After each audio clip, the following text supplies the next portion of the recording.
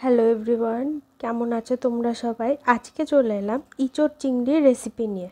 প্রথমে আলু আর ইঁচড়টাকে ছোট ছোট করে কেটে নিয়ে নুন আর হলুদ দিয়ে সেদ্ধ করে নিতে হবে। কড়াইতে সর্ষের তেল গরম করে তার মধ্যে নুন হলুদ মাখানো চিংড়ি মাছগুলো হালকা করে ভেজে তুলে নিতে হবে।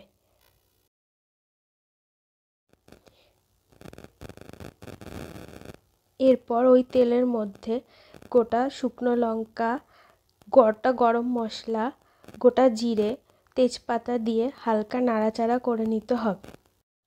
আদা, পেঁয়াজ, রসুন, কাঁচা লঙ্কা বাটার একটা পেস্ট দিয়ে ওই তেলের মধ্যে দিয়ে ভালো করে নাড়াচাড়া করে নিতে হবে যতক্ষণ না পর্যন্ত মশলা থেকে তেলটা ছেড়ে আসছে।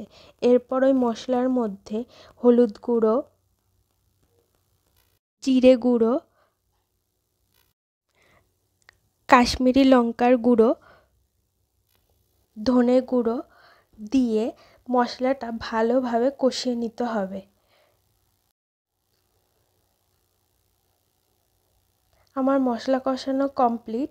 দেখো মশলা থেকে তেল ছেড়ে এসছে। এবার ওর মধ্যে কুচনো টমেটো, কুচনো ধনেপাতা দিয়ে আবার ভালোভাবে নেড়েচেড়ে নিতে হবে। টমেটোটা ভালোভাবে একটু নরম হয়ে এলেই ওর মধ্যে করে রাখা ইঁচড় এবং আলুটা দিয়ে আবারও ভালোভাবে কষিয়ে নিতে হবে। আমার কষানো প্রায় হয়ে এসছে। এরপর এর মধ্যে পরিমাণ মতো নুন, ভেজে রাখা চিংড়ি মাছ দিয়ে আবারও একটু নাড়াচাড়া করে নিতে হবে। এরপর জল দিয়ে দিতে হবে। তারপর ঢাকনা দিয়ে 2-3 মিনিটের জন্য ফুটতে দিতে হবে। তারপর ঢাকনা খুলে দেখে নিতে হবে ইঁচড় আর আলুটা সেদ্ধ হলো কি না। এরপর গরম মশলা গুঁড়ো, কুচনো ধনেপাতা, 1 চামচ মতন ঘি দিয়ে একটু নাড়াচাড়া করে নিয়েই গ্যাস অফ করে ঢাকা দিয়ে দিলেই রেডি আমাদের ইঁচড় চিংড়ির রেসিপি।